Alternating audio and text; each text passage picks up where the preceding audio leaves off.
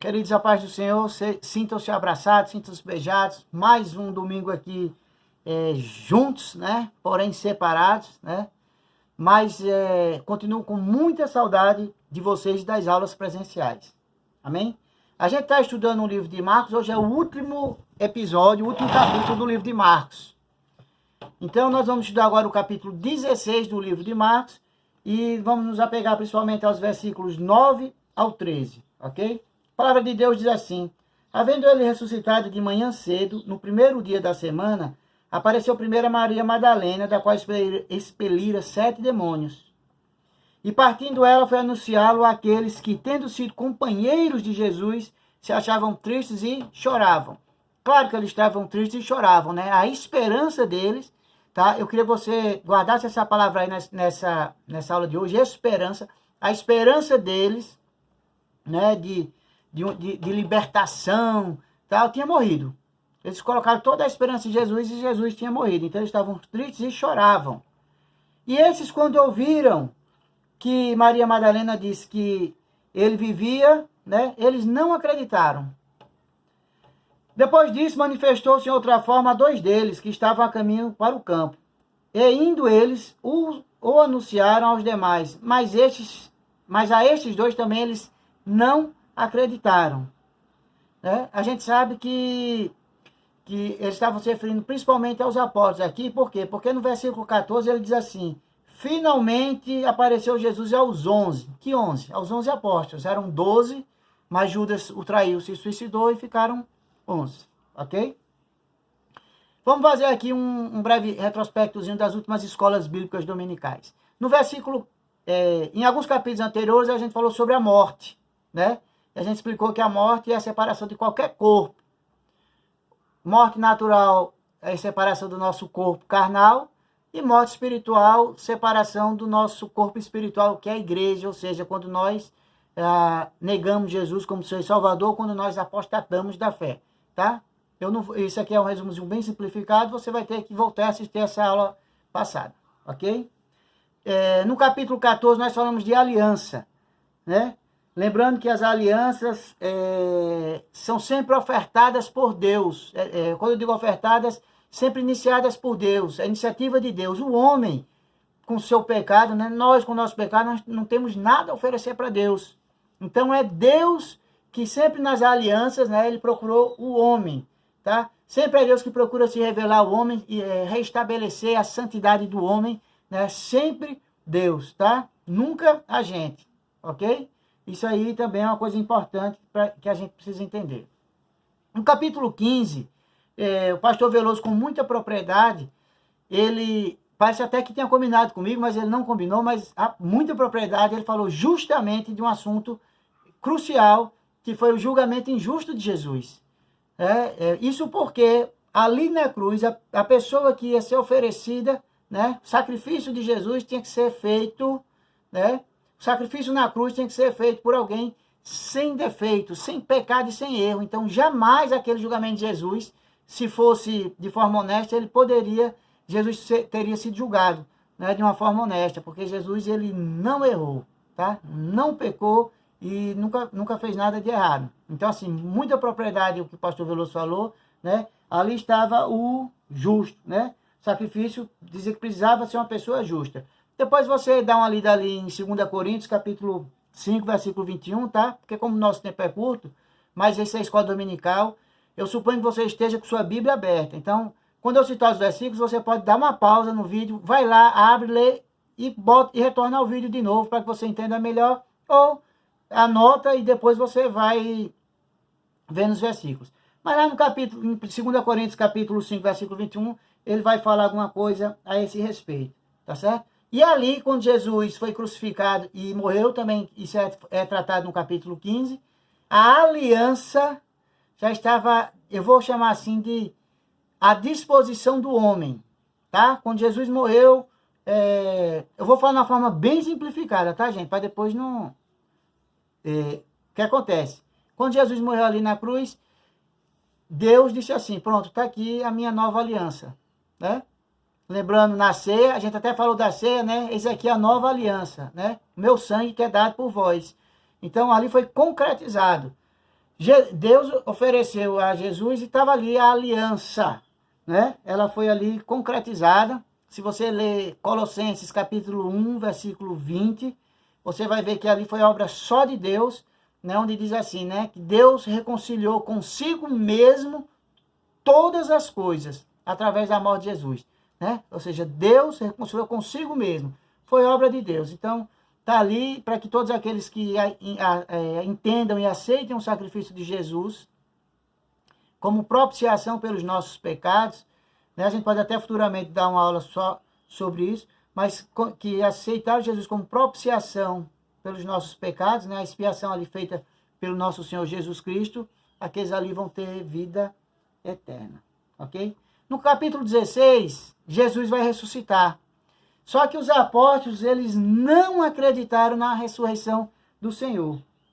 E é interessante, porque tem um fato que poucas pessoas percebem quando vão ler a palavra de Deus, e esse fato está lá em Mateus, capítulo 27, versículo 51 ao 53. Esse eu digo que vale a pena você dar pausa, ir lá na Bíblia para você realmente conferir. Ele diz assim, né, em Mateus capítulo 27, versículo 51 ao 53, que aliás é um versículo muito bonito, né? Diz assim: eis que o véu do santuário se rasgou em duas partes, de alto a baixo, tremeu a terra e fenderam-se as rochas, tá?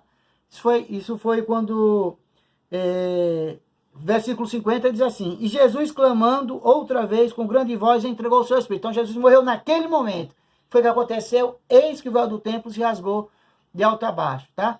Bem ligeirinho aqui, não é esse meu foco nesse versículo, nesse contexto aqui, mas bem ligeirinho aqui. O templo, ele tinha várias divisões e tinha um lugar que era o Santíssimo Lugar, que só quem podia entrar lá era o sumo sacerdote, uma vez por ano. E havia o véu, né, que impedia a passagem das pessoas. Então, quando o véu ali se rasga com o sacrifício de Jesus, significa que agora todos nós temos acesso direto a Deus, tá? É só um detalhezinho, isso pode ser tratado também futuramente, se a gente for explicar só sobre os sacrifícios, tá? Então, esse véu se rasga e agora todos nós temos acesso direto a Deus. Mas não é isso que eu queria mostrar. Eu queria mostrar o que está no versículo 52, que diz assim: e abriram-se os sepulcros, e muitos corpos de santos que dormiam ressuscitaram. Esperança, tá? E saindo dos sepulcros, depois da ressurreição de Jesus, entraram na cidade santa e apareceram a muitos, né? Eles ali apareceram a muitos ali. Até eu vou usar esse termo assim como prova da... Eu estou usando um termo humanizado para a gente entender melhor, tá? Mas como Deus estava dizendo assim, tá aqui a prova do meu contrato, da minha nova aliança com vocês, né? Eu queria que você imaginasse os entes queridos que vocês perderam pela morte, né? E aí, de repente, você está aqui e quando começa a entrar na cidade, aquelas pessoas que tinham morrido, eles ressuscitaram, sabe? É por isso que as pessoas tiveram tanta fé em Jesus, tanta esperança em Jesus, porque eu perdi meu pai na madrugada do dia 23 para o dia 24 de dezembro do ano passado. E o que é que acontece? Imagina se de repente ele entrasse pela minha porta e passasse a viver normalmente comigo. Entende? Então, que esperança, que medo de morte as pessoas teriam depois daquilo. É por isso que as pessoas iam para estádio, eram queimadas, as pessoas eram jogadas às feras, mas elas não tinham medo, porque elas sabiam da esperança que estavam seguindo, né? Tinham a esperança, disse, não, rapaz, meu vizinho aqui ressuscitou. Essa história de Jesus, ela é verdadeira. As pessoas podem ressuscitar, ok? Agora, só lembrando uma coisa, essas pessoas ressuscitaram e depois morreram de novo, tá? Mas ressuscitar como Jesus, só Jesus, tá? Viver como Jesus viveu, só Jesus.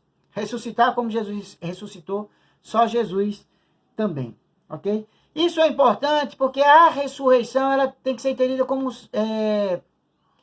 Jesus, ele precisa ser entendido como o centro da Bíblia, tá? O tema central da Bíblia é Jesus. Mas a esperança central da Bíblia é a ressurreição. Porque é a vitória sobre a morte, né? É a vitória de Deus sobre a morte.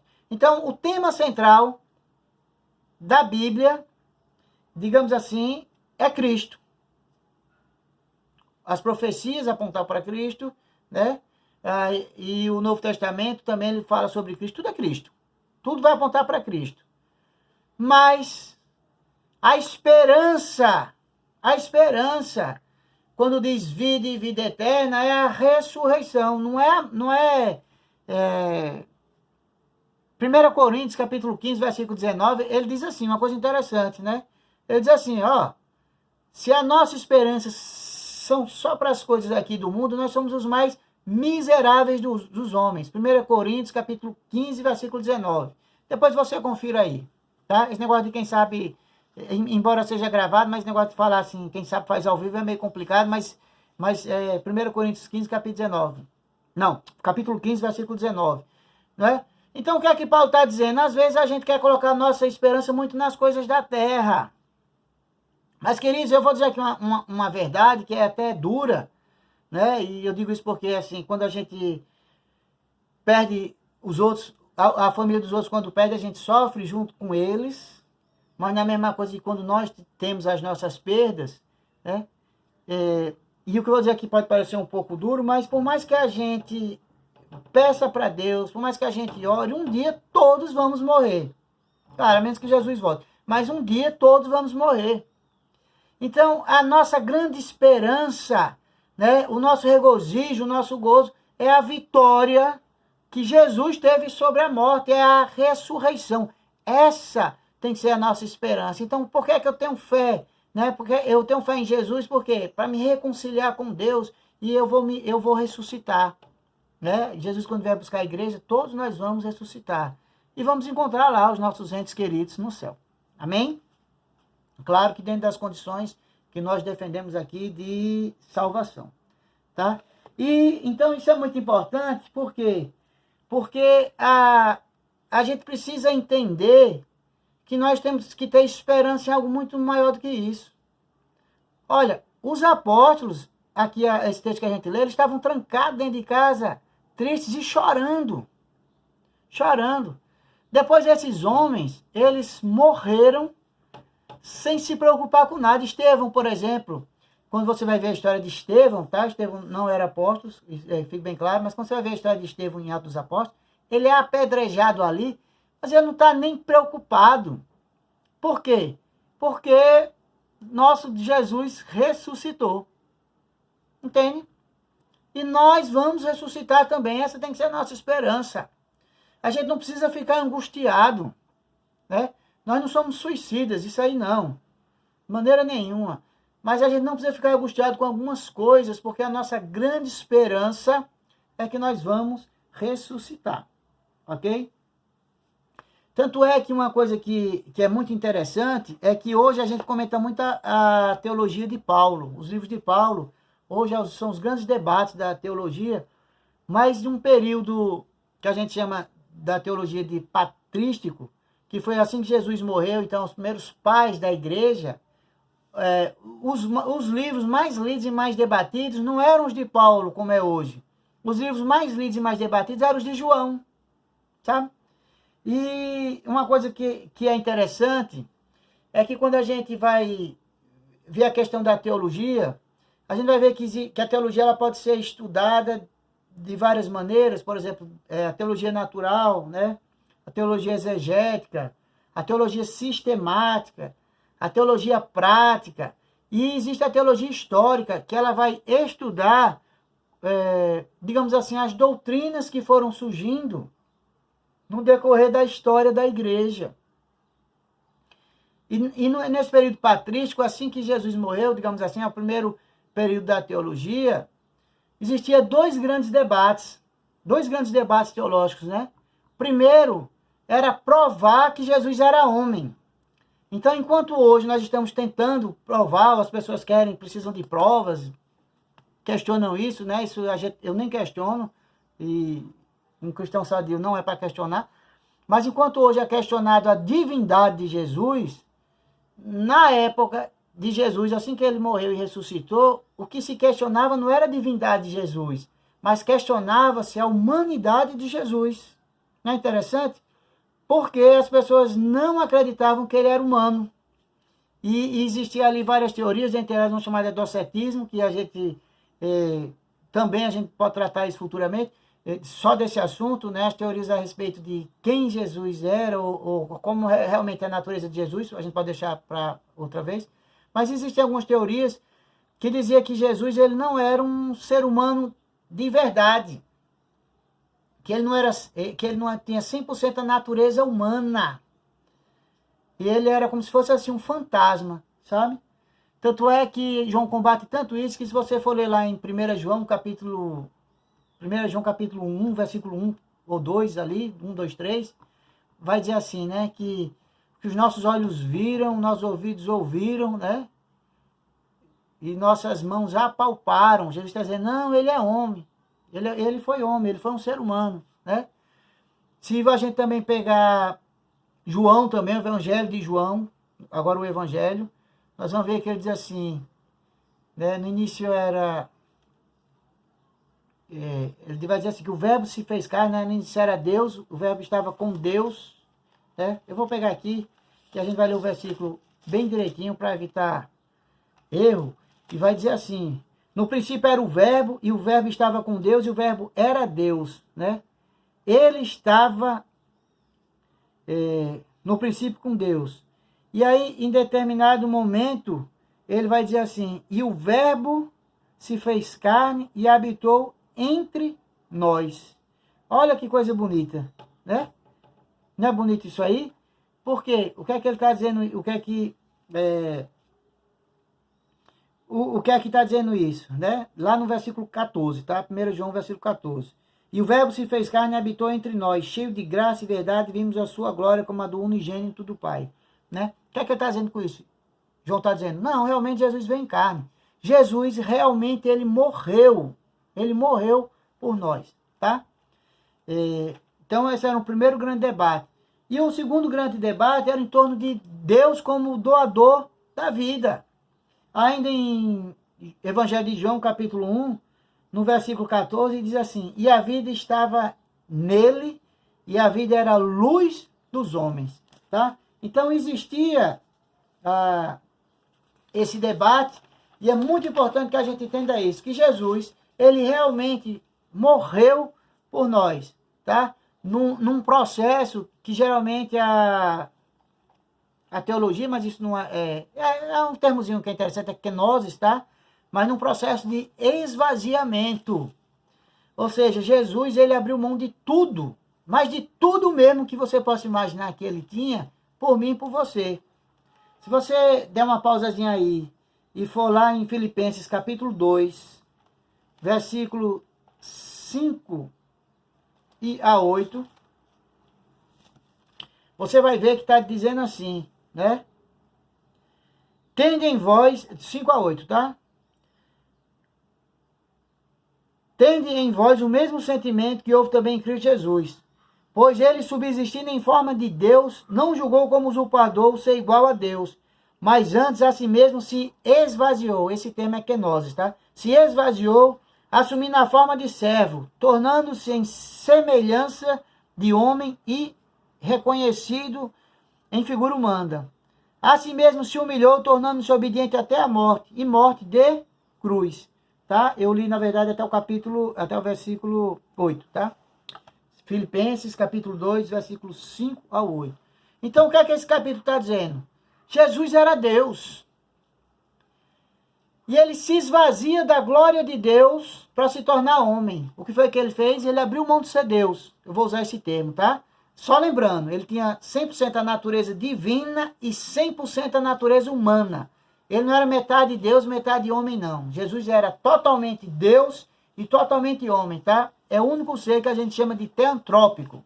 Só Jesus foi assim. Só Jesus experimentou a morte. Deus Pai não experimentou a morte. Deus Espírito Santo não experimentou a morte. Só Jesus experimentou a morte. E ele era totalmente Deus e totalmente homem, tá? Algumas pessoas acham que ele era meio a meio. Metade Deus e metade homem. Não. Ele era totalmente a natureza humana e totalmente a natureza divina. Então Jesus, ele abre mão da natureza divina. Quando ele deixa de ser Deus, ele sai da glória do Pai e vem ser humano. Ele vai encarnar. E ele abre mão da natureza humana quando ele vai ser obediente até a morte, quando ele abre mão da vida dele, da vida humana dele. Então ele se despojou totalmente, ele se esvaziou totalmente, tá? Para que essa ceia que vai ser comemorada hoje, né? Eu acredito que vai ser... Eu estou gravando sábado, mas estou dizendo hoje porque esse vídeo vai passar no domingo. Para que essa ceia acontecesse. Essa é aquela aliança que ele tinha falado lá no capítulo 14, que a gente tinha comentado, né? Quando você pega o caso e diz assim: eis aqui o sangue da nova aliança, né? Lembrando, quando você der com o seu cálice na mão, você tem uma aliança com Deus. Amém? Você tem uma aliança com Deus. E essa aliança, ela traz para a gente essa esperança da nossa ressurreição. Né? Que as pessoas que nós amamos e que morreram em Cristo Jesus, elas vão voltar. Nós vamos voltar a nos relacionarmos com essas pessoas. Né? Vamos voltar a ter contato com essas pessoas. Ok? Só para concluir, Hebreus capítulo 2, versículo 14, eu vou ler aqui, ele é muito claro quando ele diz assim, né? Visto, pois, que os filhos têm participação comum na carne e no sangue, tá? Deste ele, Jesus, também participou, para que pela morte aniquilasse o que tinha o império da morte. Isso é o diabo. Então, quando Jesus ali ele se sacrifica na cruz, né, a questão da morte ela é totalmente vencida. E Deus, ele mostra para a gente o seguinte: Eduardo, a morte não existe para aqueles que morrerem em Cristo Jesus. Amém? Esse é o grande acordo que Deus fez. É isso que a gente, essa é a visão que a gente precisa ter.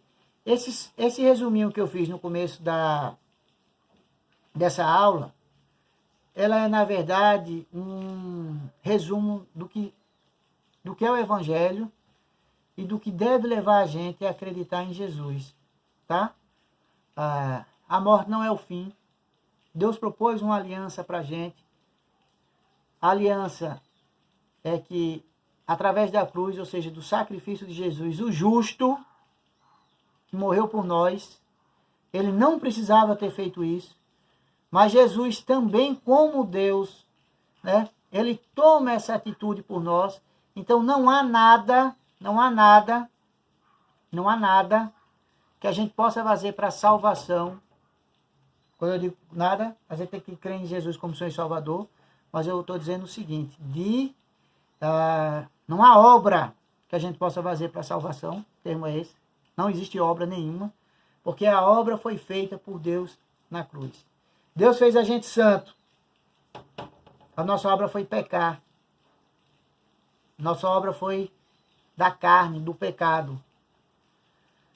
Jesus, ele encarnou. Não cometeu nenhum erro. Lembra? Ninguém viveu como Jesus viveu. Tá? Ninguém ressuscitou também como Jesus ressuscitou. Ele não cometeu nenhum erro. Foi sacrificado por nós. E é esse sacrifício, ou seja, essa obra de Deus, né? O evangelho que a gente fala, o evangelho pregado, que traz esperança para a gente, tá? Porque a gente tem que ter esperança. Eu fico vendo assim alguns vídeos, algumas pessoas dizendo que está sofrendo por causa do Covid e etc, né? Essa quarentena e etc, etc, etc. Quem assiste minhas aulas sabe, eu não me acho melhor que ninguém. Mas, queridos, eu estou bem demais. Estou bem demais. Porque eu tenho muita esperança no meu Salvador. Não tenho preocupação nenhuma. Tomo meus cuidados, porque do mesmo jeito que eu não boto minha cabeça embaixo de um caminhão, porque eu não tenho interesse em morrer agora. Mas essa questão é uma questão que não pode estar afligindo a gente. Ok? Porque nós temos uma esperança muito maior. Quando a gente fica com a esperança muito voltada para as coisas dessa terra, lembra o que Paulo disse? Nós somos os mais miseráveis, né? Dignos de pena. Porque a nossa esperança, ela é muito maior que isso. A nossa esperança tem que estar no alto. Amém? Não perca a esperança que você tem em Deus. A minha oração para encerrar essa escola bíblica dominical de hoje é: não perca a esperança que você tem em Deus, tá? A gente vai ficar aberto até às 7 horas, 5 para as 7, 7 horas, para que você possa, para que quem quiser fazer pergunta ou interagir, possa interagir dentro do assunto da escola bíblica dominical. Amém? Deus abençoe a vida de cada um de vocês. E mais uma vez, gostaria de dizer que realmente eu tenho muita saudade da presença de vocês, mas eu não me sinto separado de nenhum de vocês. Deus abençoe e fique na graça do nosso Senhor Jesus Cristo.